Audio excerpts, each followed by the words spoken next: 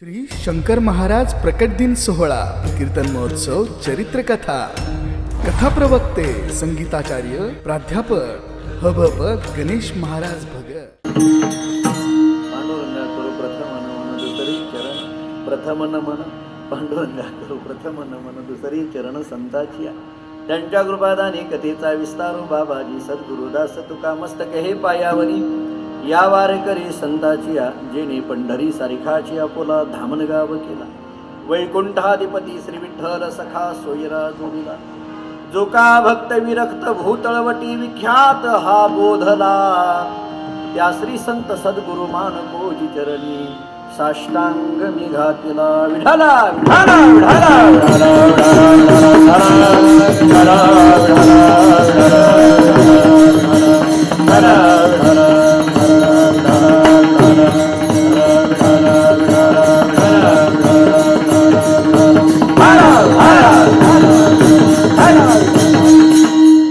श्री गुरु सारिखा असता पाठी राखा इतरांचा लेखा कोण करी. राजयाची कांता काय भीक मागे मनाची आजोगी सिद्धी पावी. प्रस्तुत कीर्तनरूपी सेवेकरिता म्हणजे निरूपणाकरिता प्राप्त असणारा अभंग महान भगवत भक्त संत श्रेष्ठ ज्ञानेश्वर महाराज यांचा अत्यंत प्रसिद्ध असणारा सर्वांच्या पाठातील असणारा गोड असा चार चरणाचा अभंग आहे. या अभंगातून संत श्रेष्ठ ज्ञानेश्वर महाराज सद्गुरूंचं वर्णन करतात.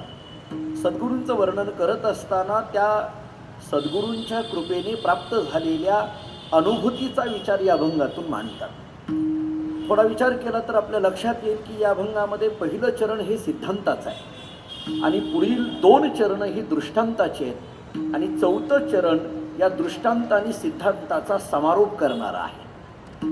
सिद्धांत असा आहे की श्रीगुरु सारिखा असता पाठी राखा इतरांचा लेखा कोण करीन. ज्ञानोबारायांनी हा एक प्रश्नच केलाय असं म्हणायला हरकत नाही किंवा याच्यातून एक प्रतिज्ञाच केली म्हणायला हरकत नाही किंवा ज्ञानोबारायांनी याच्यातून एक आपल्या जीवनातील एक उच्च अशा पद्धतीचा अनुभव सांगितला असं म्हणायला हरकत नाही. श्रीगुरु सारिखा असता पाठी राखा इतरांचा लेखा कोण करी. ज्ञानेश्वर महाराजांना विचारलं हे तुम्ही कशावरून सांगता. ज्ञानोबारायांनी दोन दृष्टांत दिले. राजयाची कांता काय भीक मागे मनाची आजोगी सिद्धी पावी. अरे राजाच्या बायकोला भीक मागायची काही गरज आहे का. राजाची पत्नी कधीही भीक मागत नाही. का मागत नाही. कारण तिच्या पाठीमागं राजा असतो त्यामुळे तिला भीक मागायची गरज नाही. जिच्या पाठीमागं राजा आहे तिला कशाचीही गरज नाही. आमच्या पाठीमागं सद्गुरू आहेत त्यामुळे आम्हाला कशाचीही गरज नाही. श्री गुरु सारिखा असता पाठी राखा. या दृष्टांताने हा सिद्धांत पटवून दिला. दुसरा दृष्टांतही फार महत्वाचा आहे. कल्पतरू तळवटी जो कोणी बैसला कायबानी त्याला सांगा जोती.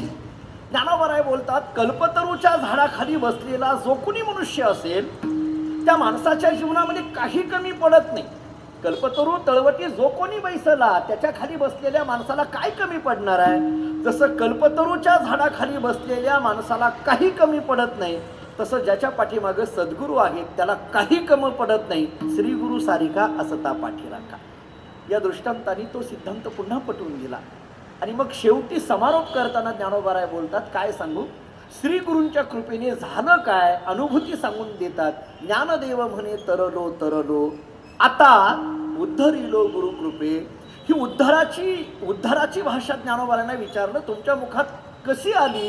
ज्ञानोबाराय म्हणतात त्याला एकच कारण आहे श्री गुरु सारिखा असता पाठी राखा. विठाला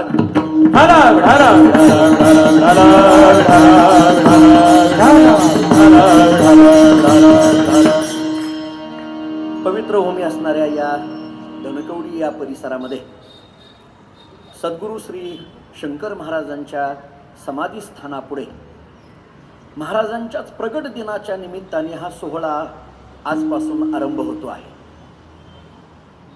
महाराजांच्यावर नितांत श्रद्धा असणारी आपण सगळी मंडळी या सोहळ्याकरिता आवर्जून उपस्थित आहात. आज या सोहळ्याची सुरुवात म्हणा किंवा आज या सोहळ्याचा आरंभ आणि त्या आरंभाची कीर्तन सेवा माझ्याकडे आलेली आहे.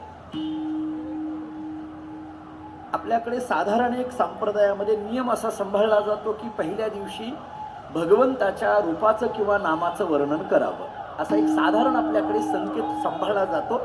लिखित नाही आहे, परंतु अलिखित नियम हा केला जातो. परंतु मी सद्गुरूंचं वर्णन करणारा हा अभंग घेतला. आपल्या मनामध्ये जी काही अगदी निष्ठावंत वारकरी आहेत त्यांच्या मनामध्ये एखादा प्रश्न सहज येऊन जाईल की अरे पांडुरंगाचं वर्णन करायचं सोडून यांनी गुरु शब्दाच्या वर्णनाने कशी काय आज सुरुवात, असा जरी मनामध्ये एखादा प्रश्न आलेला असला तरी परंतु त्या प्रश्नाचं उत्तर तुकाराम महाराजांच्या एका अभंगाने देऊन मी पुढे जाईल. आणि मला वाटतं की तो अभंग ऐकलेला आहे, पाहिलेला आहे, वाचलेला आहे.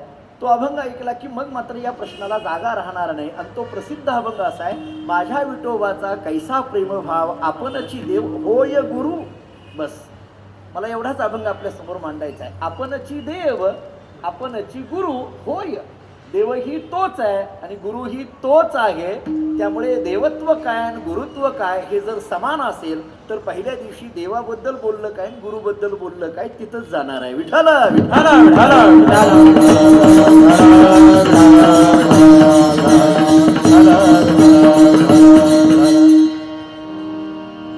मी आल्यानंतर जी काही अर्धा एक तासामध्ये मला माहिती या स्थानाची मिळाली.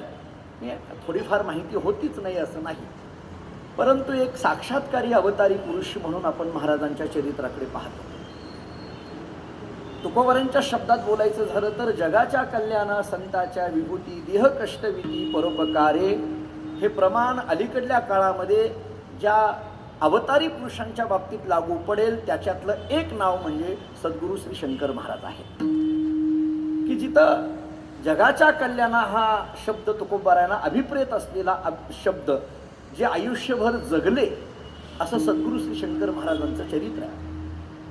या पुणे नगरीमध्ये वास्तव्य करून इथं असलेल्या अनेक साधकांना सिद्ध अवस्थेपर्यंत पोहोच करण्याचं सामर्थ्य त्यांनी आपल्या संपूर्ण जीवन चरित्रामध्ये केलेलं आपल्याला दिसून येतं. आणि अशा एका महात्म्याचा अवतारी पुरुषाचा उत्सव आजपासून आरंभ होता. मला काही उत्सवाची एक वेगळी ताकद असते, काही जागेंचं एक महत्व असतं. मला आज एवढा मनस्वी आनंद आहे. खरं तर हा चातुर्मासाचा काळ आहे, कार्तिक वारी अगदी पुढे येऊन थांबलेली आहे. आदरणीय हरिभक्तीपरायण गणेश महाराज भगत मला सारखे फोन करत होते. मी काही माझ्या कार्तिक वारीच्या परंपरेमुळे नाही असं म्हणत होतो. म्हणजे अगोदर नाही म्हणायचं आणि पुन्हा द्यायचं अशातलं नाही हेही मी बोलून जातो. आपण घरातली मंडळी आहात सगळी म्हणून. पण खरंच माझी वारीची अडचण होती म्हणून मी महाराजांना नाही असं म्हणत होतो. परंतु इथं आल्यानंतर मला असं वाटायला लागलं की जर मी आणखीन एकदा नाही म्हटलो असतो आणि महाराजांनी खरंच मला कीर्तन दिलं नसतं तर आयशा लाभा मी चुकलो असतो. खरं तर अशा एका महत्त्वाच्या लाभाला मी चुकलो असतो.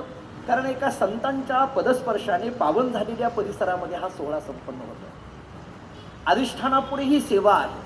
आपल्याकडे एक प्रक्रिया अशी सांगितली जाते तत्वज्ञानामध्ये, अधिष्ठानापुढे अनुष्ठान असावं, त्या अनुष्ठानामध्ये अनुसंधान असावं, त्या अनुसंधानामध्ये अनुराग असावा, मग अनुभवाची निर्मिती होत असते.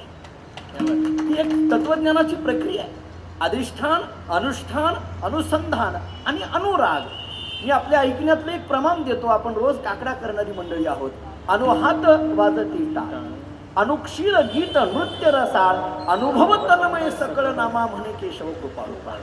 या अनुभवाच्या निर्मितीकरिता अनुरागाची गरज आहे, अनुरागाकरिता अनुसंधानाची गरज आहे, अनुसंधानाकरिता अनुष्ठानाची गरज आहे आणि अनुष्ठानाकरिता अधिष्ठानाची गरज आहे. विठ्ठल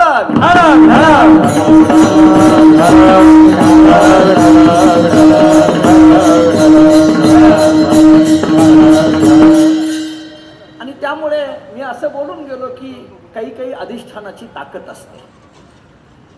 जसं आळंदीमध्ये कीर्तन करताना एक मनामध्ये एक वेगळी ऊर्जा येते, देहूमध्ये कीर्तन करताना मनामध्ये एक वेगळी ऊर्जा येते, किंवा पंढरी क्षेत्रामध्ये कीर्तन करताना मनामध्ये एक ऊर्जा येते, तसं सद्गुरू श्री शंकर महाराजांच्या समाधीस्थानापुढे कीर्तन करताना एक वेगळी ऊर्जा आहे. हे एक अधिष्ठान आहे एका पवित्र स्थानामध्ये.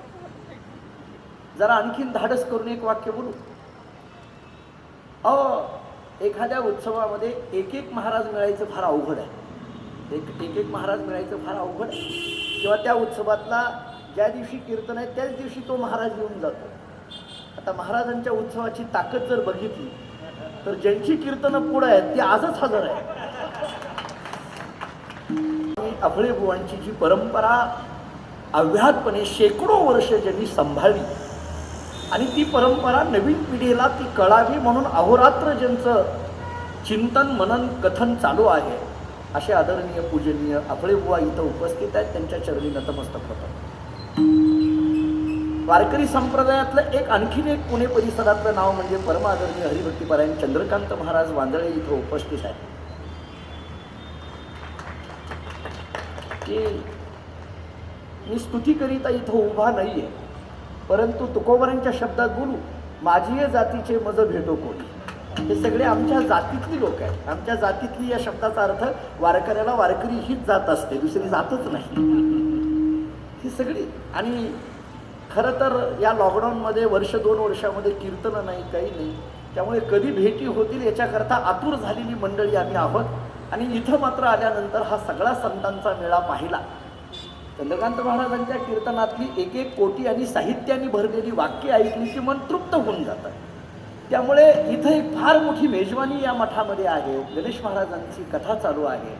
चारुदत्त महाराज स्वतः इथं हार्मोनियमच्या साथी करता असावे आणि श्रोत्याच्या रूपाने चंद्रकांत महाराज असावे आणि आम्ही सगळी ही संत मंडळी टाळ घेऊन इथं उभा असावी.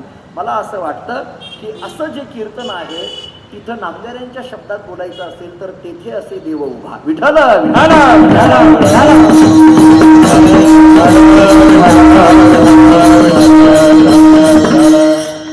माझ्याकडे हे आरंभाचं कीर्तन आहे. मला माहीत नाही, परंतु तारका घेण्यातल्या गमती सांगून पुढं जातो. एखाद्या माणसाने जर फोन केला आम्हाला उत्सवातली तारीख पाहिजे, तर ते महाराज पलीकडून विचारतात कितवा दिवस. मग जर त्यांनी सांगितलं नाही पहिला दिवस, तर ते महाराज म्हणतात नको नको पहिला नका. का? कारण त्यांचं म्हणणं असं असतं की पहिल्या दिवशी काहीच नसतं. म्हणजे कोणत्याही अंगाने नाही, पण पहिल्या दिवशी काहीच नसतं असं त्यांचं म्हणणं असतं. की सिस्टीम व्यवस्थित लागलेली नसते, लोक पहिल्या दिवशी येतील असं सांगता येत नाही, टाळकरी वाजविणारे हजर असतील असं सांगता येत नाही, असं वाटत असतं. परंतु पहिला दिवस हा उत्सवातला खूप महत्त्वाचा असतो. खरं तर तो आरंभ आहे. जरा आणखीन स्पष्ट बोलू, आरंभच झाला नाही तर पुढे कीर्तन होतील कशी? दुसरा दिवस येईल कसा? तिसरा दिवस येईल कसा? त्यामुळे पहिला दिवस हा फार महत्त्वाचा असतो. त्या पहिल्या दिवशीची सेवा माझ्याकडे आली. हे झालं माझं जरा थोडं परमार्थिक बोल. जरा लौकिक दृष्टीने बोलू. खरं तर हे पहिला दिवस म्हणजे आरंभ म्हणजे अगदी सोप्या भाषेत बोलायचं झालं तर माझ्याकडं उद्घाटन आले असं समजा. अगदी सोप्या भाषेत उद्घाटन माझ्याकडे आलं. उद्घाटनाला कोणाला बोलवतात याच्यापेक्षा सुद्धा मी अगदी ग्रामीण भाषेत एक बोलतो की उद्घाटन या शब्दाचा अर्थ उघडणं. उद्घाटन या शब्दाचा अर्थ उघडणं. मी अगदी सोपा प्रश्न तुम्हाला विचारतो, बंद असलेलं दुकान उघडायचं काम मालक करतो का नोकर करतो? मला बोला, मोकळ्या म्हणा. इकडे मी बघत नाही, जरा तुमच्याकडे बघा. बंद असलेलं दुकान सकाळी 9 वाजता जाऊन उघडायचं काम कोण करतो? मालक करतो का नोकर करतो? नोकर करतो. त्यामुळं सेवकाची जबाबदारी माझ्याकडे आलेली आहे. उद्या परवापासून मालक लोक इथं येणार आहेत. त्यामुळे ही सगळी मालक मंडळी इथं आहेत असं म्हणायला हरकत नाही. यांचा सेवक या रूपाने मी इथं आहे. सद्गुरू श्री शंकर महाराजांच्या सेवेची एक जबाबदारी माझ्यावर या रूपाने आज आली. त्यामुळे सद्गुरू किंवा श्री गुरु एवढ्याच एका शब्दाने जेवढं जमेल तेवढं त्यांच्या कृपेने आज चिंतन करायचं आहे. विठ्ठल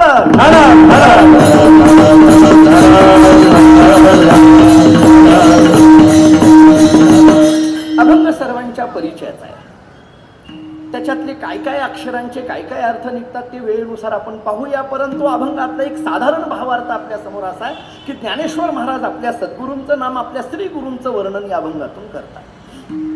मुळात वर्णन करण्याच्या पाठीमागं काही कारणं असतात. त्याच्यातली एक ज्ञानेश्वरीतली ओवी देऊन पुढं जातो म्हणजे आपल्या लक्षात येईल. ज्ञानेश्वर महाराज या संबंधाने फार गोड सांगतात की एखाद्या संतांचं किंवा सद्गुरूंचं वर्णन का करावं. ज्ञानोबांनी त्याला उत्तर असं दिलं, तैसे हरपले आपण पे पावे, तै संता ते पाहता दिवसावे, म्हणून वानावे ऐकावे तेची सदा. ही ओवी घरी गेल्यानंतर जरा आणखीन नीट पाहिली तर माझं बोलणं तुमच्या लक्षात येईल. ही ओवी पलीकडून थोडं सोडवत द्या. ज्ञानोबा बोलतात, तैसे हरपले आपण पे पावे, तै संता ते पाहता गिवसावे, म्हणून वानावे या शब्दाला एक अंडरलाईन करा, ऐकावे या शब्दाला एक अंडरलाईन करा, तेची सदा. मी पलीकडून याच्याकरिता म्हटलं तेची सदा वानावे, तेची सदा ऐकावे, कुणीतरी ज्ञानेश्वर महाराजांना विचारलं, इथला तेची सदा वाणावे तेची सदा ऐकावे, इथला तेची शब्द संतांकडे आहे, मान्य आहे, ते संता ते पाहता घेऊसावे, तेची सदा वाणावे तेची सदा ऐकावे, परंतु का, याचं कारण काय? याचा अर्थ तुम्ही संतांचं किंवा नाम सद्गुरूंचंच वर्णन सतत करा, संतांचं नाम सद्गुरूंचंच वर्णन सतत ऐका असं तुम्ही म्हणता, सद्गुरूंचंच वर्णन नेहमी करावं, सद्गुरूंचंच वर्णन नेहमी ऐकावं, कशाकरिता? याचं कारण काय?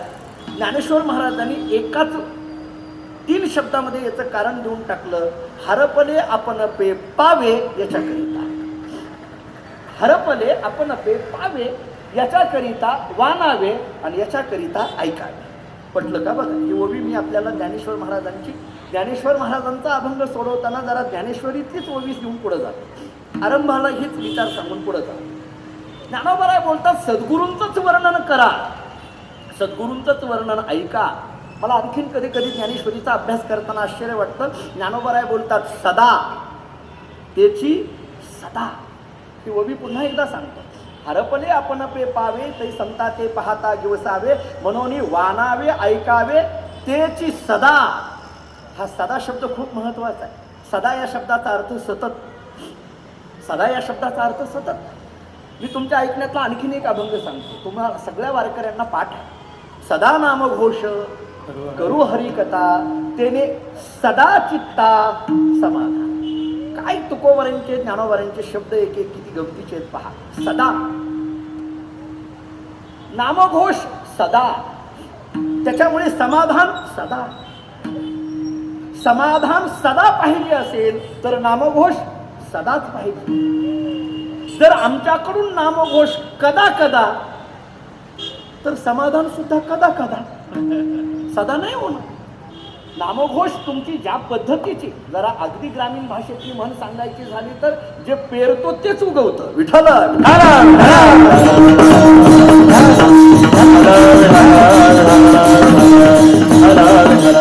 नामोबराय बोलतात तेची सदा सतत वर्णन करा. एक शास्त्रामधला एक प्रसिद्ध श्लोक आहे, आपल्या असं नाही, परंतु शास्त्रकारांनी एक श्लोक फार छान सांगितलाय, नीट ऐका. प्रत्यक्ष गुरुवस्तुत्याः परोक्षे मित्र बांधवाः कर्मांत्य दास भृत्याश्च नैव पुत्रास्तथा स्त्रियाः. शास्त्र आम्हाला असं सांगतं, प्रत्यक्ष गुरुवस्तुत्याः 1, परोक्षे मित्र बांधवाः 2, कर्मांत्य दास भृत्याश्च 3 आणि नैव पुत्रास्तथा स्त्रियाः 4 गोष्टी सांगितल्या. सद्गुरूंची स्तुती कधी करा? शास्त्र आम्हाला सांगतं प्रत्यक्ष गुरुवस्तुत्याः, आपल्या गुरूंची स्तुती समोर करा. समोर करा याचा अर्थ पाठीमागं कराच करा, आणि पाठीमागं आणि समोर करा याचा अर्थ नेहमी करा. असं दोन्हीकडनं लावून घ्यावं लागतं. प्रत्यक्ष गुरुवस्तुत्याः 4 गोष्टी मला तुम्हाला सांगायच्या. मी पहिली सांगितली, प्रत्यक्ष गुरुवस्तुत्याः सद्गुरूंची स्तुती समोर करा.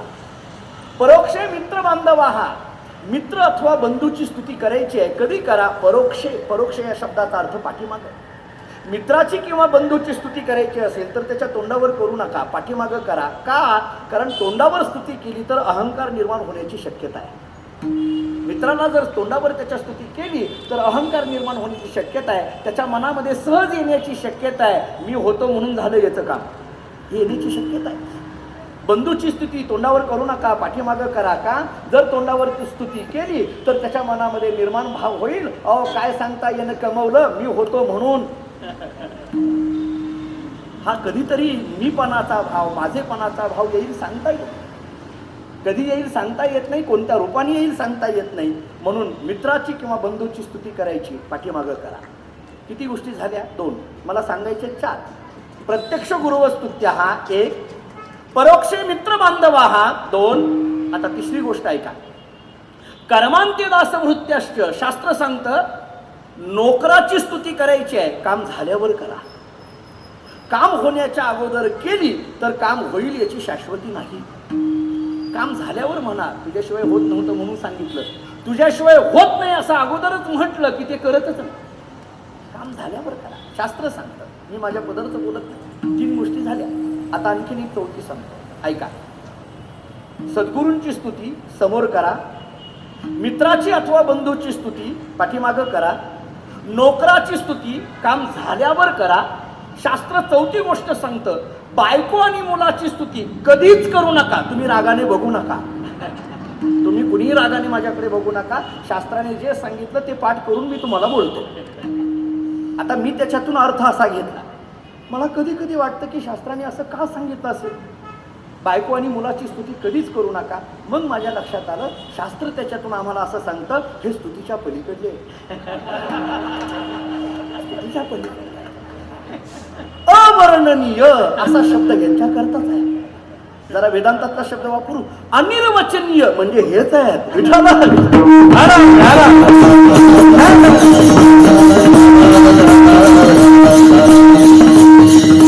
जाऊ द्या, मला विनोदाच्या सगळ्या बाकीच्या गोष्टी सांगायच्या नाहीत. मुद्दा माझा होता प्रत्यक्ष गुरुवस्तुत्या.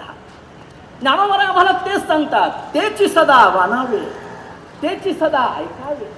वर्णन करायचं असेल तर त्यांचंच करा, पण काय त्याच्यामधून मिळणार काय? ज्ञानोबारायांनी 3 शब्दामध्ये सांगून टाकलं, हरपले आपण पे पावे.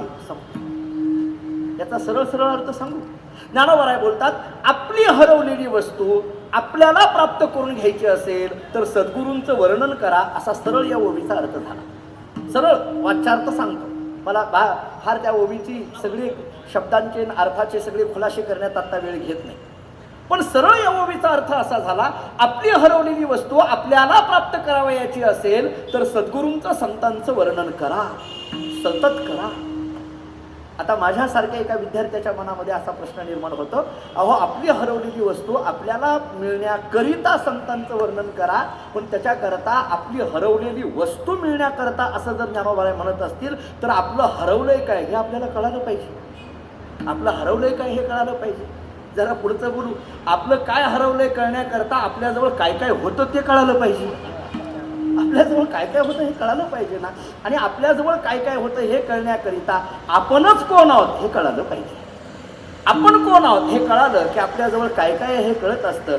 आपल्याजवळ काय काय आहे हे कळालं की आपलं काय हरवलं हे कळत असतं. आणि आपलं काय हरवलं हे कळालं की आपल्याला काय मिळवायचं हे कळत असतं. विठ्ठल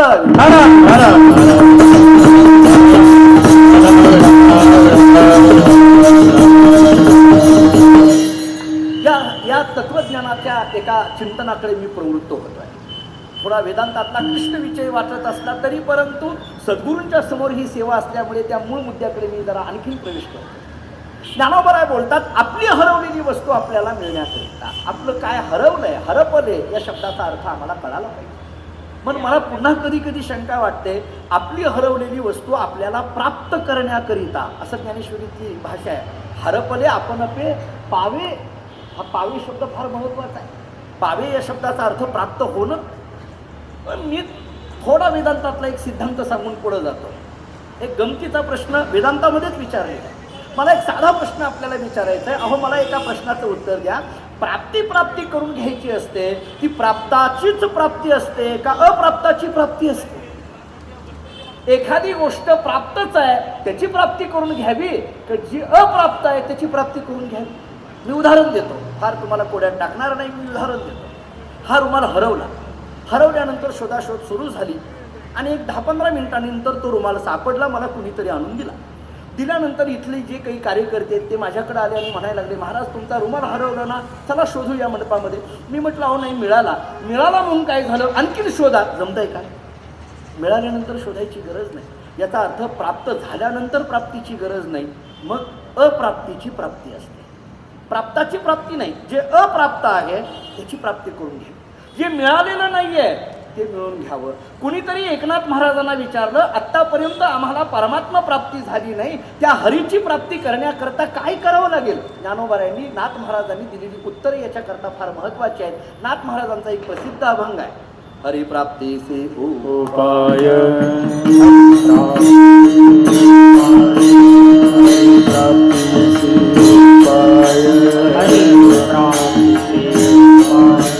धरावे संतांचे पाय, धरावे संतांचे पाय, धरावे संतांचे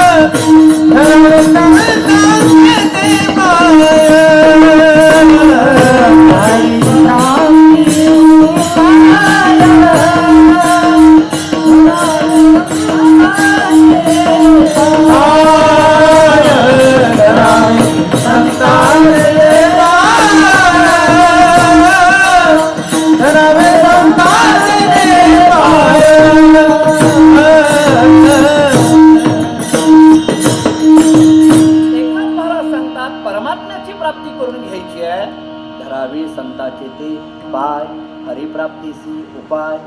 मला कधी कधी प्रश्न पडतो की परमात्मा प्राप्तीकरिता संतांकडे चला असं जर नाथ महाराज सांगत असतील, आपली हरवलेली वस्तू आपल्याला प्राप्त करून घेण्याकरिता संतांकडे चला असं ज्ञानोबाराय सांगत असतील, किंवा मी आणखीन त्याच्यापेक्षा थोडंसं पुढचं बोलतो, आपल्या ऐकण्यातलं प्रमाण देतो तुकोबारायांचं. तुकोबाराय बोलतात, तुका मने होता ठेवा तो या भावा सापडला, जुनाट जुगादीची नाणी भवता काळाचे ठेवणी, लोपले होते पारिकपणे ठावतळणे चुकविला. तुकोबाराय म्हणतात, वस्तू आमचीच होती, आमच्या जवळ होती, पूर्वीपासून होती, पण आत्तापर्यंत ती आम्हाला कळाली नाही. ती कळण्याकरिता आम्हाला संतांकडे जावं लागेल, त्याच्याशिवाय ती वस्तू आम्हाला कळत नाही. ज्ञानेश्वरीतली एक ऐकण्यातली ओवी आणखीन एक देतो, ते ज्ञानपैगा बरवे, जरी म्हणिया ती अनावी तरी संता या भजावी सर्वस्वीसी. मला कधी कधी ज्ञानेश्वर महाराजांच्या प्रत्येक शब्दांचा आणि अक्षरांचा विशेष अशा पद्धतीचा गौरव का करावा वाटतो. ज्ञानोबाराय बोलत असताना ज्ञानपैगा बरवे असं म्हणत नाही, ते ज्ञानपैगा बरवे म्हणतात.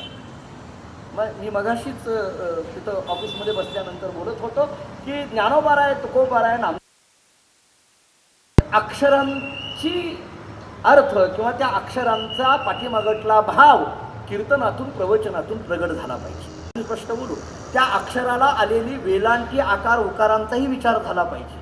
जर आणखीन स्पष्ट बोलायचं झालं तर पहिली वेलांटी का दुसरी याचाही विचार झाला पाहिजे, याचाही विचार झाला पाहिजे. ज्ञानोबारायांनी जर एखाद्या शब्दाला पहिली वेलांटी दिली असेल तर ती पहिलीच पाहिजे, त्याला दुसरी करायला जायचं नाही. आता ही सगळी मंडळी गायनातली चाली म्हणण्यातली अगदी मोठी मातब्बर मंडळी, परंतु माझ्या कानावर असलेले संस्कार असे आहेत, फडपरंपरेतले वारकऱ्यांच्या चालीचे संस्कार असे आहेत.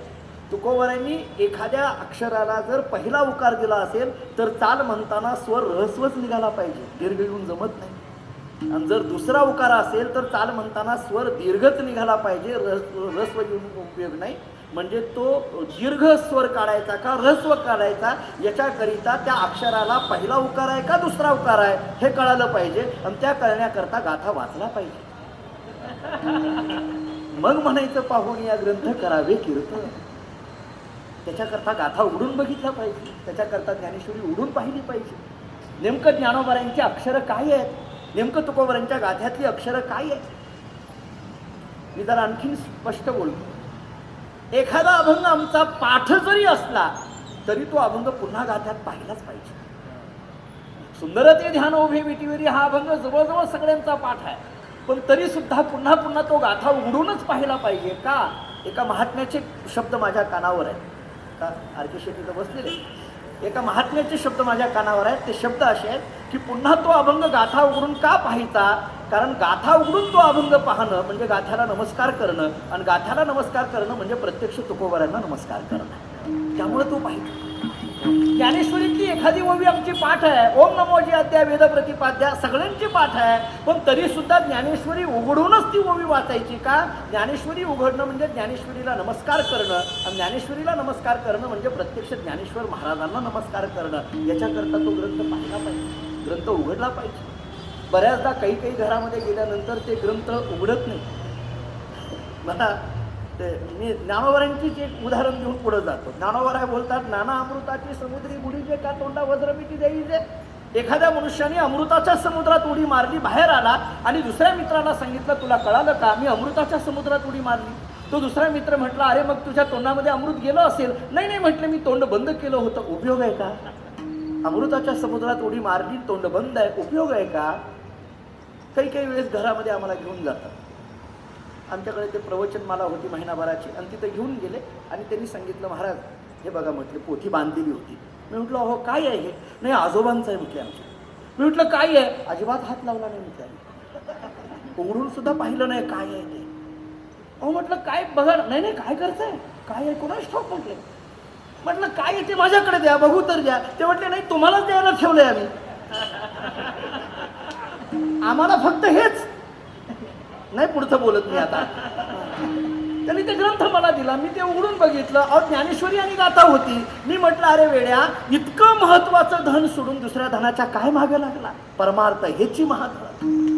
ज्याच्या घरामध्ये ज्ञानेश्वरी गाथा, जरा माफी मागून एक वाक्य बोलू, आपले बुवा इथं आहेत, माझं श्रद्धास्थान आहे, पण मला असं वाटतं ज्याच्या घरामध्ये संत वाङ्मय आहे त्यालाच घर म्हणा, बाकीच्या घराला घरच म्हणू नका. त्या घरातल्या भिंती सांगत असतात. हो जरा आणखीन, आता ही आम्ही सगळी महाराज मंडळी, आम्हाला रोज लोक घरी घेऊन जातात, घराला पाय लाव, का पाय लावा म्हणतात कोणास ठाऊक, पण लावा म्हणतात, का कोणास ठाऊक. बरं ते गप बसत नाही, तो अख्खं घर फिरवतात, तिसऱ्या मजल्यापर्यंत घेऊन जातात आणि मग आर्किटेक्ट आम्हाला विचारतात कसं वाटलं. आम्ही आता वाईट म्हणणार आहे तुमच्या घराला बघून. आम्ही असं म्हणतो अरे वा वा काय बंगला आहे, असला बंगलाच पाहिला नाही. आम्ही सगळ्याच्याच बंगल्याला म्हणतो, तुमच्या म्हणतो अशातला भाग नाही, आम्हाला काय राहायचंय का काय करायचं. पण घरामध्ये गेल्यानंतर त्या घरातल्या भिंती सांगत असतात या घरातली माणसं कशी आहेत. मला माहीत आहे मी पुणे शहरामध्ये कीर्तन करतोय, पण तरी पण एक वाक्य मी सांगेल की आपलं घर किती मोठं आहे याच्यावर घराचं घर पण नसतं. आपल्या घरातल्या माणसांची मनं किती मोठी आहेत त्याच्यावर घराचं घर पण असतं. आपल्या घरातल्या माणसांची मनं काय आहे, घरातल्या माणसांच्या चेहऱ्यावरचं समाधान काय आहे हे महत्वाचं असतं. ज्ञानेश्वर महाराज ओवी देताना आम्हाला असं सांगतात, ते ज्ञान पैगा बरं जरी मनी अति आणावे तरी संता या भगावे सर्वस्वेची. मला कधी कधी वाटतं ज्ञानोबरांनी ते असा शब्द का वापरावा, या ज्ञानाच्या संबंधाने ते ज्ञान असं का म्हणावं. मग माझ्या लक्षात आलं की ज्ञानाच्या काही प्रकारांचा विचार करावा लागेल. आणि मग वेदांताचा अभ्यास करताना दोन ज्ञानाचे प्रकार माझ्या समोर आले. एक वृत्ती ज्ञान आहे आणि दुसरं स्वरूप ज्ञान. मी म्हटलं हे थोडं अवघड वाटेल, परंतु उदाहरणं देतो म्हणजे काय. जे बदलणारं ज्ञान असतं त्याला वृत्ती ज्ञान म्हटलं जातं आणि जे कधीही बदलत नाही त्याला स्वरूप ज्ञान म्हटलं जातं. जरा आणखीन पुढे बोलू. जे आकाराचं ज्ञान आहे त्याला वृत्ती ज्ञान म्हणा आणि जे निराकाराचं ज्ञान आहे त्याला स्वरूप ज्ञान म्हणा. असा जे अवयवाने युक्त असलेलं ज्ञान आहे त्याला वृत्ती ज्ञान म्हणा आणि जे निरवयव तत्वाचं ज्ञान आहे त्याला स्वरूप ज्ञान म्हणा. जरा आणखीन स्पष्ट बोलू. जे देहाच्या संबंधाने असलेलं ज्ञान आहे त्याला वृत्ती ज्ञान म्हणा आणि जे आत्मतत्वाच्या विचाराने असलेलं ज्ञान आहे त्याला स्वरूप ज्ञान म्हणा. विठ्ठल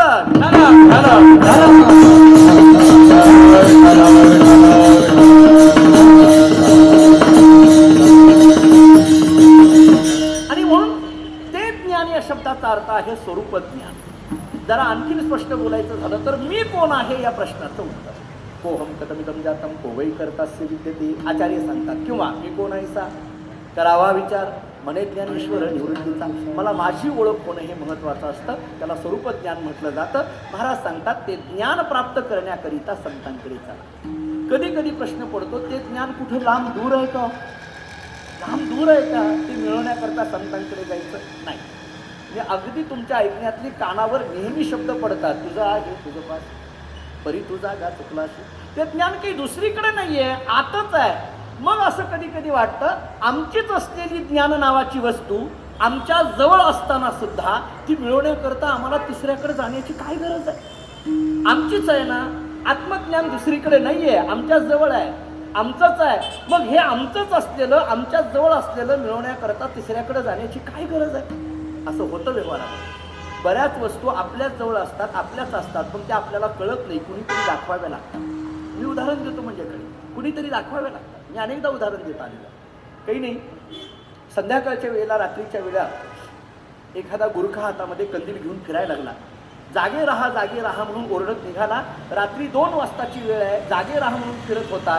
त्याला बिडी ओढण्याची सवय होती, खिशात हात घातला, बिडी होती पण काडेपिटी नाही. एका झोपलेल्या माणसाला उठवलं, त्याने आपली गडबडून उठला. का रे बाबा काय झालं. काही नाही, माझ्याकडे बिडी आहे, फक्त काडेपिटी नाही, घरातून काडेपिटी आणून दे. ज्यांनी उठवलं त्यांनी डोळे उघडले, त्या गुरख्याकडे पाहिलं, त्याच्या कंदिलाकडे पाहिलं आणि सांगितलं, भल्या माणसा तुझ्या हातात कंदील आहे, काचवर केली असती तर बिडी पेटली असती, एवढ्या रात्रीचं मला कशाला उठवलं. तो म्हटला हे सांगायलाच उठवलं, दुसरं कशा करता नाही. उदाहरण संपलं.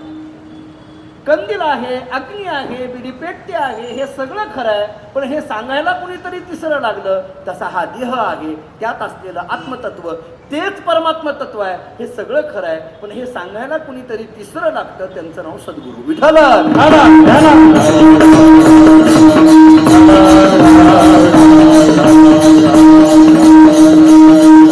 आणि त्याच्याही पुढे सांगतो, एकदा तो आत्मज्ञानाचा दिवा प्रज्वलित झाला. मी महाराजांचं प्रमाण देतो. अंतरीची ज्योती प्रकाशली दीप्ती, मुळीची जी होती आच्छादिली. मग परिणाम काय? तेथीचा आनंद ब्रह्मांडी न समाये, उपमेशी काय देऊ सुखा.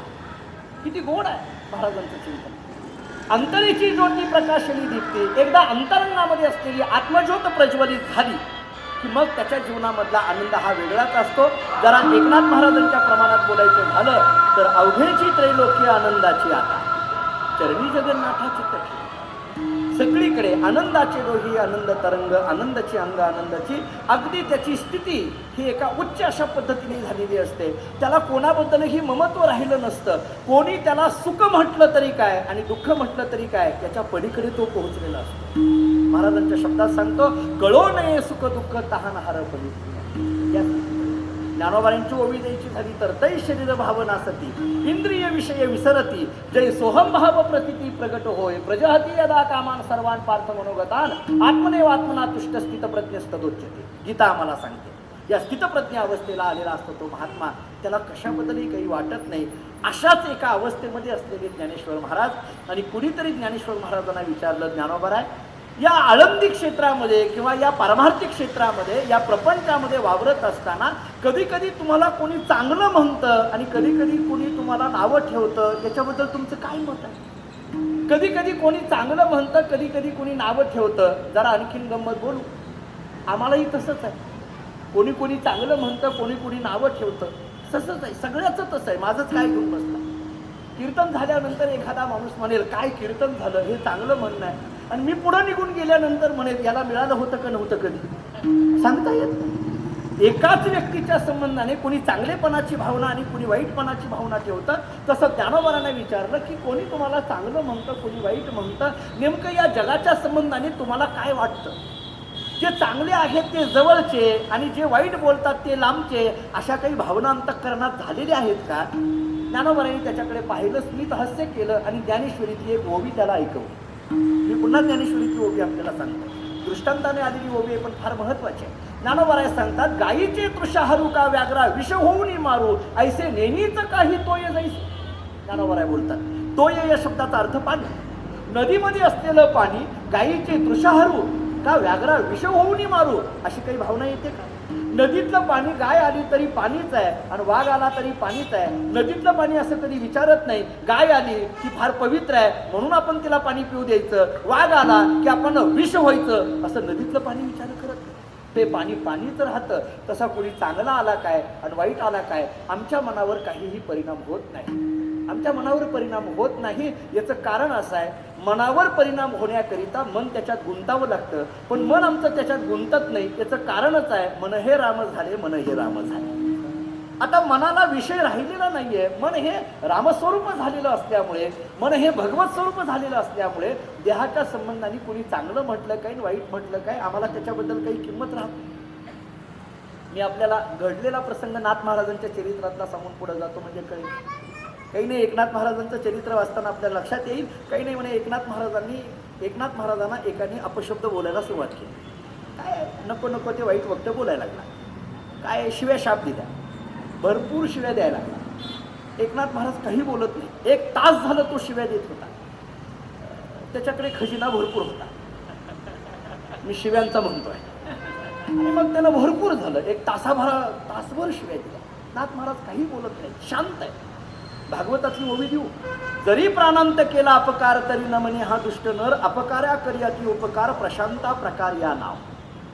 नाथ महाराज शांत या शब्दाची व्याख्या सांगतात. जरी प्राणांत केला अपकार तरी न म्हणे हा दुष्ट नर, उलट अपकार्या करी अति उपकार प्रशांता प्रकार या, याला शांतता म्हणाली. नाथ महाराज काही बोलत नाही. शेवटी तो शिव्या देणारा कंटाळला आणि म्हणायला लागला, अहो एकनाथ महाराज, मी एवढा वेळ झाला तुम्हाला नको नको ते अपशब्द बोलतोय, शिव्या शाप देतोय, मी एवढ्या शिव्या तुम्हाला दिल्या, तुम्ही एकतरी मला माघारी द्या. मी एवढ्या तुम्हाला दिल्या, तुम्ही एकतरी मला माघारी द्या.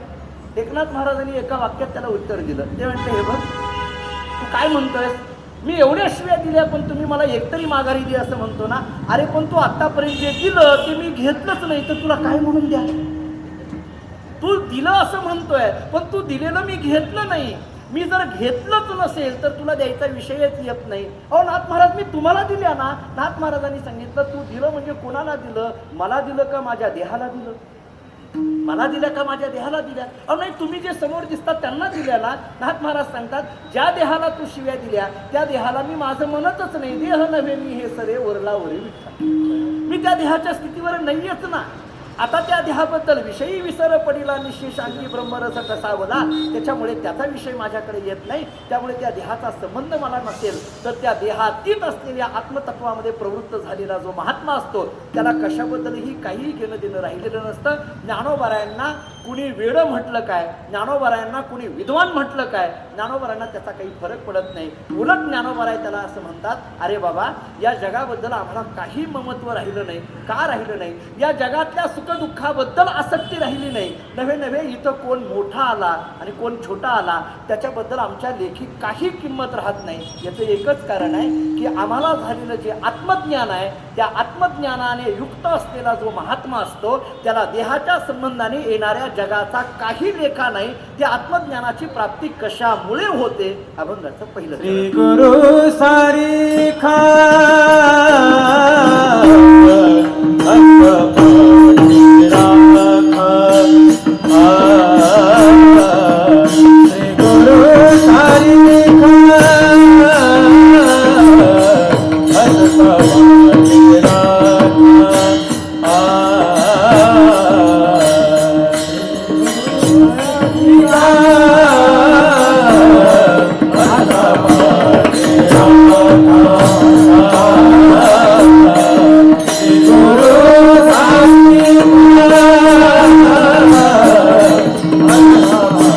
श्री गुरु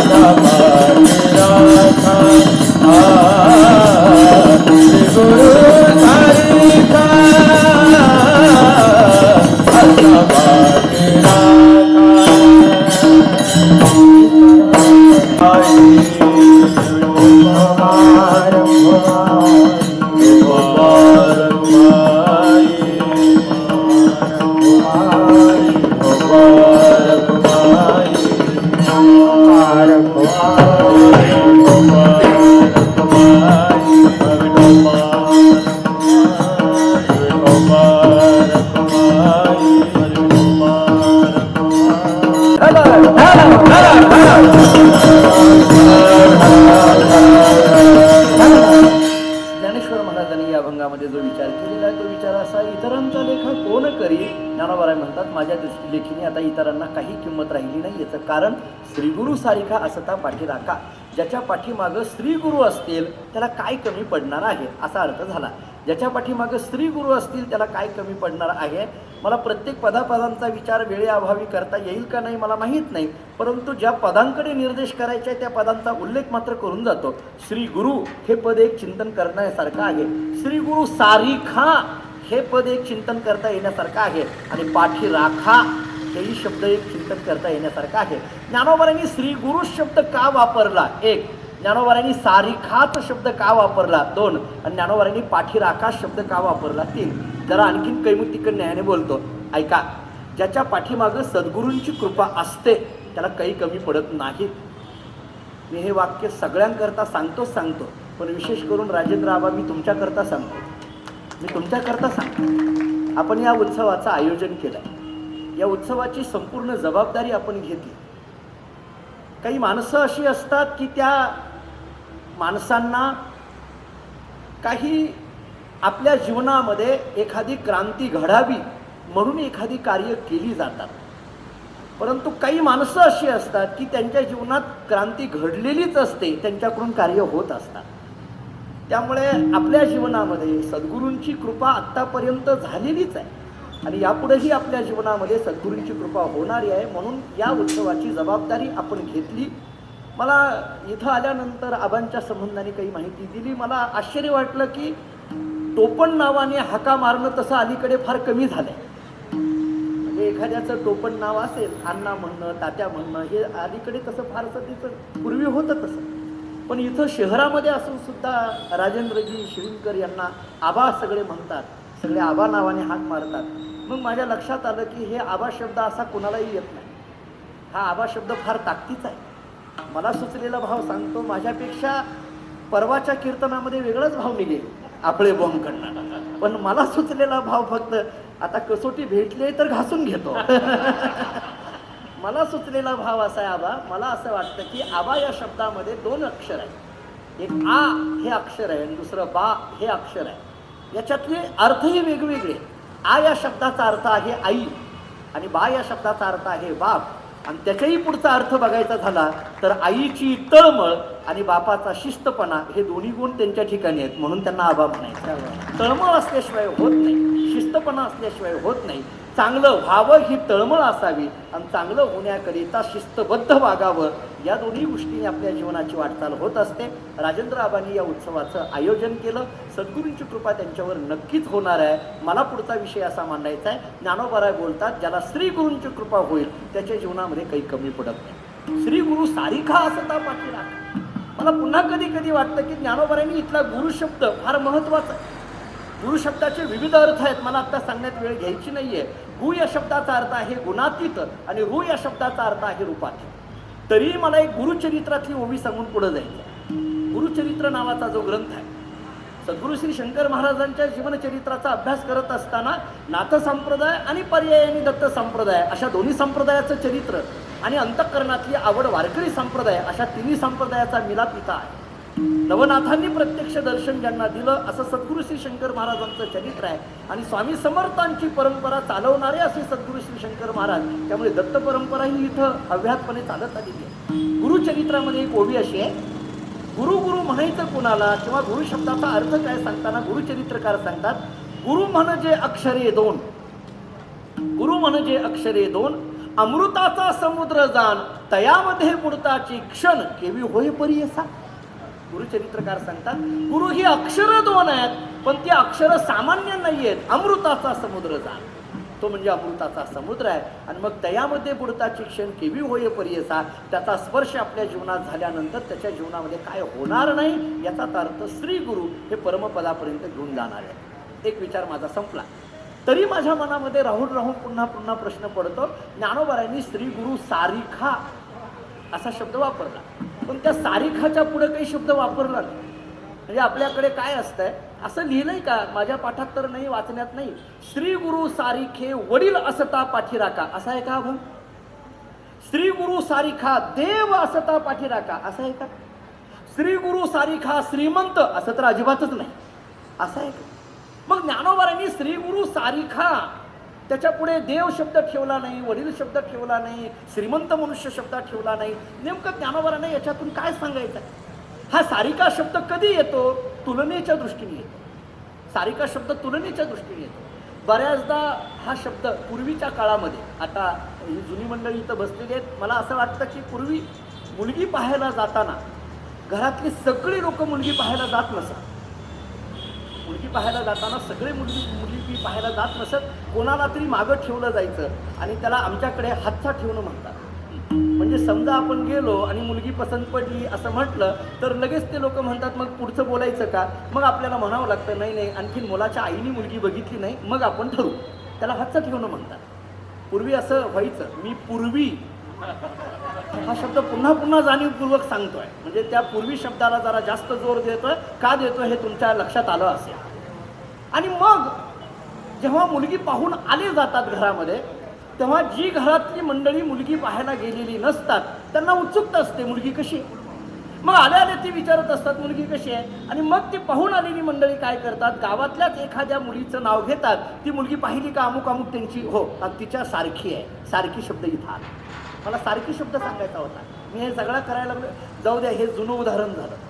हे उदाहरण जुनं झालं. मी आत्ताचं सांगतो. सप्ताहाचं आयोजन करायला बसले ना उत्सवाचं ते कार्यकर्ती मंडळी बसतात आणि बसल्यानंतर मग कुणाची कीर्तनाची तारीख घ्यायची. मग कुणीतरी त्या कार्यकर्त्यामध्ये म्हणतं अमुक अमुक महाराजाची तारीख घ्या. मग ते कार्यकर्ते जे बाकीचे असतात ना ते म्हणतात हे बघ आपण काही त्यांचं कीर्तन कधी ऐकलं नाही. ते कोणासारखं करतात आहे की नाही. कोणासारखं कीर्तन करतात. मग ते जन ऐकले तो काय म्हणतो अमुक अमुक त्या महाराजाचं ऐकलं का हा त्यांच्यासारखं करतात. त्यामुळं कधी कधी सारख्यावर तरी तारखा मिळाव्या. विठाला विठाला विठाला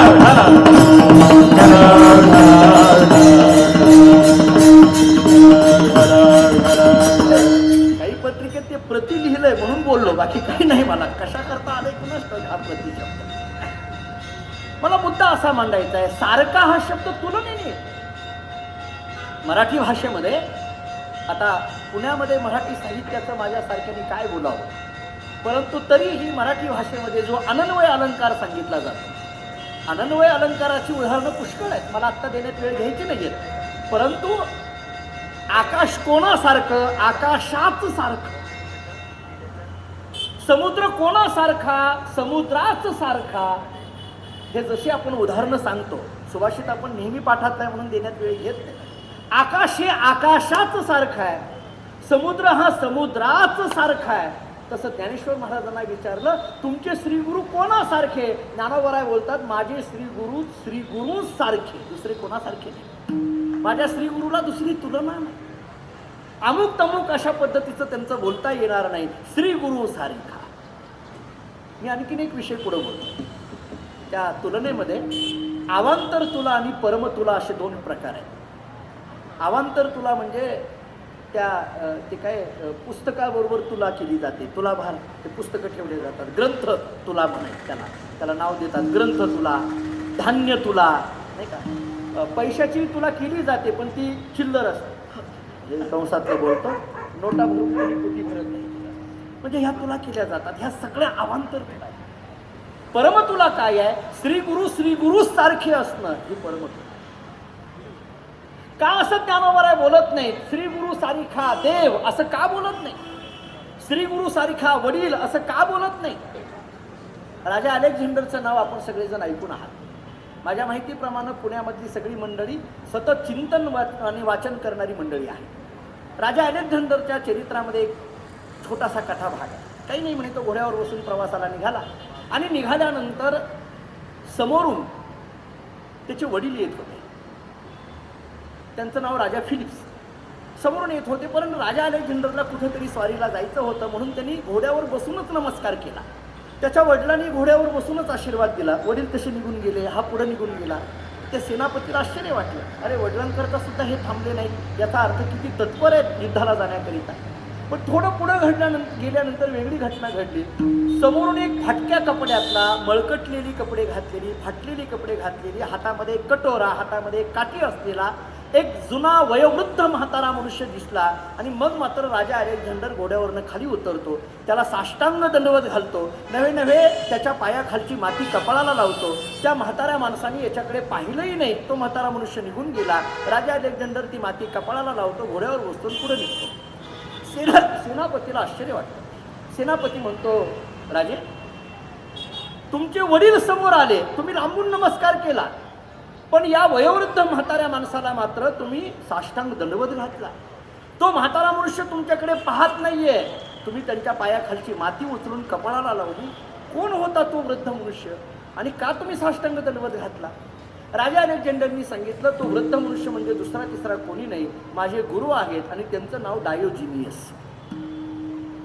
मग तुम्ही त्यांना दंडवत घातला, वडिलांना मात्र लांबूनच नमस्कार केला, गुरूंना या डायोजिनियसना मात्र दंडवत घातला का?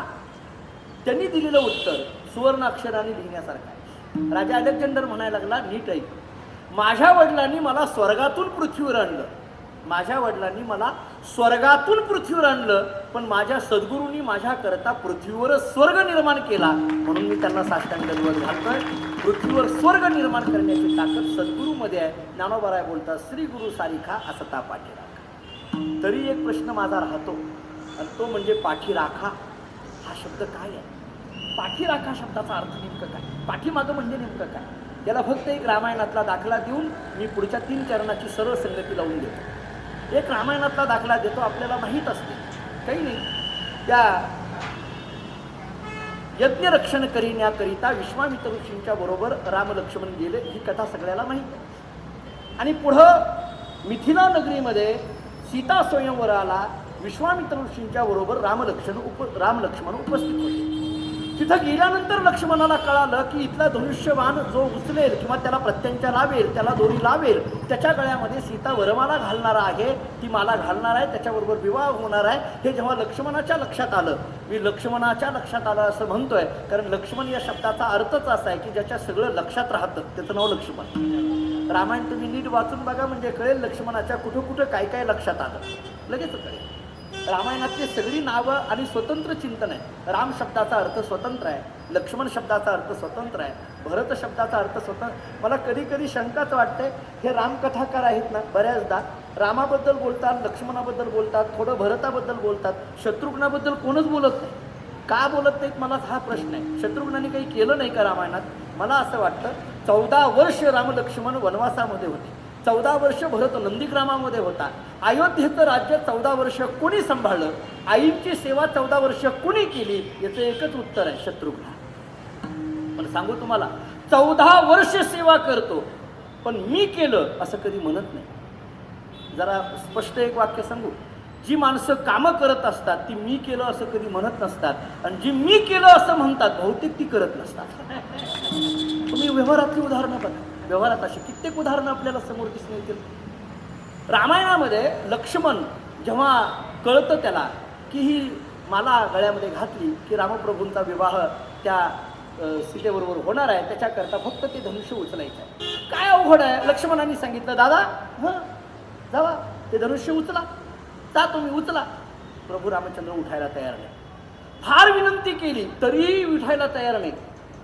का उठायला तयार नाहीत मी कारण पुढे सांगणार आहे. मला सांगायचं आहे, श्री गुरु सारिका असता पाठीराखा, माझा मुद्दा हा आहे. शेवटी लक्ष्मणाने विनंती केली तरी उठायला तयार नाहीत. एक एक राजे गेले, त्या धनुष्याजवळ गेले आणि धनुष्य त्यांना कुणाला उचलता आला नाही.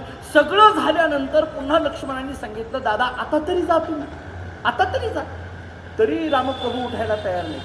बरं, लक्ष्मणाची घाई फार आहे की रामाने उठावं, ते धनुष्य उचलावं आणि रामाच्या गळामध्ये सीतेने हार घालावा. याची घाई लक्ष्मणाला का आहे? याचं एकच कारण आहे. लक्ष्मण म्हणतो, एकदा रामाचं झालं की मार्ग मोकळा, आपल्याला पुढं अडचण नाही. पण तरी रामप्रभू उठत नाहीत. कधी उठतात? जेव्हा विश्वामित्र ऋषी प्रभू रामचंद्रांकडे पाहतात आणि सांगतात, रामा उठ आणि जा ते धनुष्य उचल. तेव्हा प्रभू रामचंद्र उठतात, जातात, ते धनुष्य उचलतात, सीता गळ्यामध्ये हार घालते, विवाह संपन्न होतो. एके दिवशी बसल्यानंतर लक्ष्मणाने विचारलं, दादा मी तुम्हाला हेच सांगत होतो ना, तुम्ही माझं का ऐकलं नाही आणि विश्वामित्र ऋषींचं मात्र ऐकलं, माझं ऐकलं नाही का असं? प्रभू रामचंद्रांनी फार गोड उत्तर दिलं. प्रभू रामचंद्रांनी सांगितलं, लक्ष्मणा नीट ऐक, आपण त्या सभेमध्ये गेलो होतो, कोणाबरोबर गेलो होतो? त्या सभेत गेलो, कोणाबरोबर गेलो होतो? विश्वामित्रांच्या बरोबर. मग आपण ज्याच्या बरोबर गेलेलो आहे त्यांनी सांगितल्याशिवाय तिथं काही करायचं नसतं. आपण आपल्याला जर एखाद्याने कीर्तनाची तारीख दिली तर कीर्तन करावं, निघून जावं, पुढल्या वर्षी माझ्याकडेच नियोजन द्या असलं म्हणू नये. गप आपलं जावं, कीर्तन करावं, निघून जावं. म्हणजे हे आपल्यातलं आहे, आता हे गवसातलं सगळं. रामप्रभू सांगतात, आपलं काम काय आहे? ज्यांच्या बरोबर गेलो त्यांनी जे सांगतात ते ऐकलं. बरं ठीक आहे, त्यांनी सांगितल्यानंतर तुम्ही गेलात असं का? त्याचं उत्तर फार गोड दिलंय. हे उत्तर म्हणजे माझ्या अभंगाची परिपूर्णता आहे. ते उत्तर असं आहे, प्रभू रामचंद्रांनी सांगितलं, लक्ष्मणा नीट ऐक, मी जरी राम असलो, देव असलो, तरी सुद्धा मला विश्वामित्रांची कृपा असल्याशिवाय हा राम असलेला देव सुद्धा ते धनुष्य उचलू शकत नाही. त्याच्याकरता सद्गुरूंचीच कृपा लागते. श्री गुरु सारिका असता पाठी राखा. त्याच्याकरता पाठी राखा हा शब्द वापरला. महाराज सांगतात, इतरांचा लेखा कोण करी. दृष्टांत 2 दिले. राजयाची कांता काय भीक मागे, मनाची या जोगी सिद्धी पावे. राजाच्या बायकोला भीक मागायची गरज नाही आणि कल्पतरूच्या झाडाखाली बसलेल्या माणसाला काही कमी पडत नाही. याचा समारोप करताना ज्ञानोबाराय सांगतात, यांनी काय झालं अभंगाचं शेवटचं चरण. ज्ञानदेव म्हणे तरलो तरलो, ज्ञानदेव म्हणे तरलो तरलो, देव म्हणे तरलो तरलो, ज्ञानदेव म्हणे तरलो तरलो, ज्ञानदेव म्हणे तरलो तरलो, ज्ञानदेव म्हणे तरलो तरलो, ज्ञानदेव म्हणे तरलो तरलो, ज्ञानदेव म्हणे तरलो तरलो. आता उतरलो गुरु कृपे, आता उतरलो गुरु कृपे,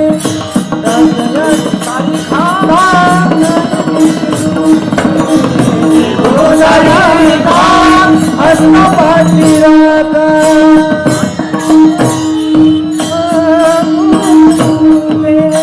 आता गुरु सारिका हसना पाठी राखा, गुरु सारिका हसना पाठी राखा.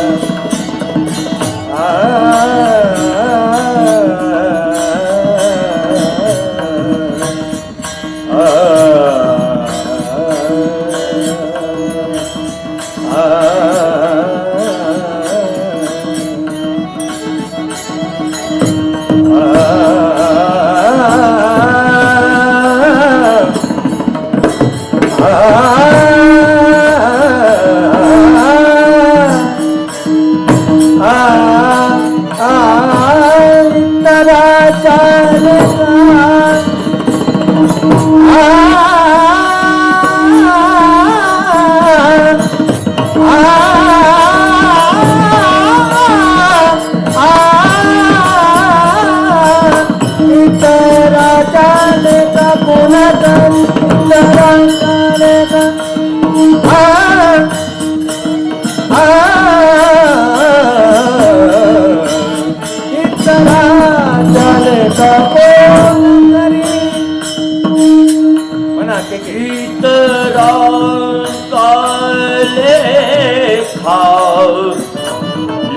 कोण तरी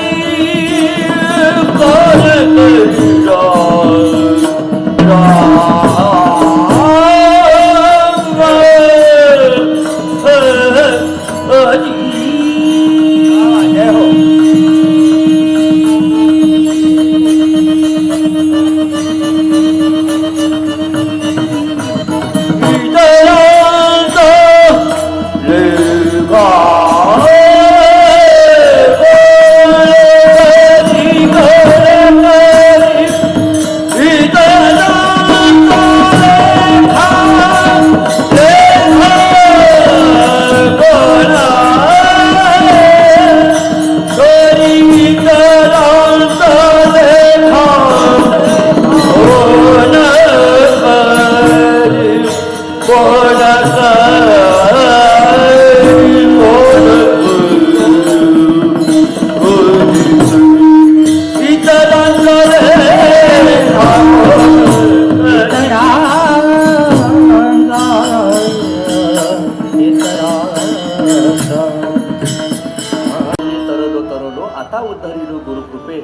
श्री गुरु सारिखा असता पाठीराखा इतरांचा लेखा कोण करी. अभंगाच्या शेवटच्या चरणामध्ये ज्ञानेश्वर महाराजांची भाषा अशी आहे, ज्ञानदेव म्हणे तरलो तरलो. मला कधी कधी हा तरलो शब्द फार भावतो. ज्ञानोबाराय बोलतात मी तरलो. मी 3 शब्द आपल्याला सांगतो, तरणारे, तारणारे आणि तरलेले. तरणारे, तारणारे आणि तरलेले. आता आपलं कसं आहे, आपल्याला हे फार पाठ नाही. आपल्याला पाठ काय आहे सांगू, बुडविणारे, बुडणारे. कारण आपला रोज संबंध त्याच लोकांशी येत आहे. परंतु संत परमार्थ आणि प्रपंचातला हाच फरक आहे. तरणारे, तारणारे, तरलेले जिथं भेटतात तो परमार्थ आहे. बुडविणारे, बुडलेले, बुडणारे जिथं भेटतात तो प्रपंच आहे. आणि त्यामुळे तारणारे एक सद्गुरू आहेत. ज्ञानदेव म्हणे तरलो तरलो आता उद्धरिलो गुरु. कधी कधी म्हणून मी म्हटलं की उगीच काही काही शब्द संत वाङ्मयात आलेले नाही. ज्ञानोबारायांना उगी वाटलं म्हणून आता शब्द घातला अशातला भाग नाही. हा आता शब्द फार महत्वपूर्ण आहे. वेदांतातून विचार सांगायचा झाला तर मल आणि विक्षेप हे 2 दोष निवृत्त झालेले आहेत. आवरण दोष निवृत्त होण्याचा राहिलेला आहे. सद्गुरूंची कृपा झाल्यामुळे तो आवरण दोषही निवृत्त झाला. आता उद्धरिलो गुरु. कारण मन आणि विक्षेप निवृत्त करण्याकरिता कर्म आणि उपासनेची गरज आहे, पण आवरण दोष निवृत्त करण्याकरता ज्ञानाचीच गरज आहे. म्हणून आता दुसरं सांगतो. आता हा शब्द वर्तमान कालवाचक आहे मराठी व्याकरणाच्या दृष्टीने. आता शब्द वापरून भविष्यातलं वाक्य तयार होते, भूतकाळातलं वाक्य तयार होते. आता शब्द हा वर्तमान कालवाचक. आमच्याकडे शाळेमध्ये एक शिपाई होता. तो सकाळी यायचा, संध्याकाळपर्यंत थांबायचा. शाळेला सुट्ट्या होत्या तेव्हा त्याला करमायचं नाही, काय करावं कळेना. बरं, प्राचार्य मुख्याध्यापक कधी येतील सांगता येत नाही. त्याने एके दिवशी काय केलं, सकाळी 8 वाजता ऑफिस उघडलं, झाडून काढलं. 9 वाजता त्या ऑफिसला कुलूप लावलं आणि दरवाज्यावर खडूनी लिहिलं, आत्ताच गेलो. आता 10 वाजता आला तर काय वाजतील मुख्याध्यापक, आत्ताच गेलो. 2 वाजता आले तर काय वाजतील, आत्ताच गेलो. 2 दिवसानंतर आले तर काय वाजतील, आत्ताच गेलो. ज्ञानदेव म्हणे तरलो तरलो आता. कळालं का आता? नाही मी आता तरी कळालं का असं म्हणतोय. ज्ञानदेव ज्ञानोबाराय सांगतात, आता उद्धरिलो गुरु कृपे. श्री गुरु सारिखा असता पाठीराखा इतरांचा लेखा कोण करी.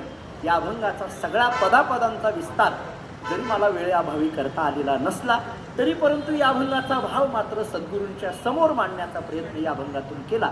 ज्ञानोबाराय तुकोबारायांच्या पदस्पर्शाने पावन झालेला हा सगळा परिसर आहे. मी पुणे परिसराला अनेकदा ही मंडळी अनेकदा कीर्तनाला आहेत, त्यांना माहीत आहे. मी या परिसराला पुन्हा पुन्हा नतमस्तक का होतो. दोन्ही गोष्टीने, ऐतिहासिक दृष्टीने छत्रपती शिवाजी महाराजांचे पाय या भूमीला लागले आणि आध्यात्मिक दृष्टीने ज्ञानोबाराय तुकोबारायांचा पदस्पर्श या भूमीला झाला. आणि त्याच पवित्र भूमीमध्ये सद्गुरू श्री शंकर महाराजांचं समाधीस्थान इथं आहे. एका अधिष्ठानापुढे हे अनुष्ठान चाललेलं आहे. या सगळ्या ट्रस्टीला या ठिकाणी धन्यवाद देतो की आपण महाराजांचं कार्य 1961ला हे ट्रस्ट स्थापन झालं आणि तिथून हे कार्य चालू झालं म्हणून मला मगाशी आल्यानंतर थोडी माहिती मिळाली. त्यामुळे तेव्हापासून आज तागायत हे कार्य अव्याहतपणे आपण चालवत आहात. आपल्याला धन्यवाद देत असताना आदरणीय श्री राजेंद्र आबाजी त्यांनाही या ठिकाणी धन्यवाद देतो की या कार्यक्रमाची जबाबदारी घेऊन एक चालू असलेल्या समाज कार्यामध्ये आध्यात्मिक कार्याची एक जबाबदारी आपण घेतली. आपल्यालाही सद्गुरूंचे आशीर्वाद लाभावे. ही सगळी महाराज मंडळी इथं उपस्थित आहेत, त्या सगळ्यांच्या चरणी नतमस्तक होतो. आपण सगळे श्रोती मंडळी एक ज्ञानोबाराय तुकोबाराय स्वरूप असलेली श्रोती मंडळी आपण आहात. आपल्या सर्वांच्या चरणी ही सेवा समर्पित करतो. सद्गुरू शंकर महाराजांच्या चरणी ही सेवा समर्पित करत असताना खरं तर काही नावं अशी असतात की त्या नावाचे अर्थ मनाला भावणारी असतात. शंकर हे नाव विनाकारण येत नाही. शम आणि कर असे 2 शब्द आहेत. शम या शब्दाचा अर्थ आहे शम नाम सुखाहा. शम या शब्दाचा अर्थ आहे सुख. आणि आपल्या जवळ आलेल्या प्रत्येकाला ज्यांनी सुखी करून टाकलं त्यांचं नाव शंकर आहे. आपल्या जवळ आलेल्या प्रत्येकाला ज्यांनी सुखाच्या एका अनुभूतीपर्यंत घेऊन गेले त्यांचं नाव शंकर आहे. त्यामुळे सद्गुरू श्री शंकर महाराजांच्या जवळ आपण आलो म्हणजे एक सुखाची मेजवानी आपल्या पदरात पडले असं म्हणायला हरकत नाही. त्यांच्या चरणी ही सेवा समर्पित करतो आणि याच ठिकाणी थांबतो. ज्ञानेश्वर जय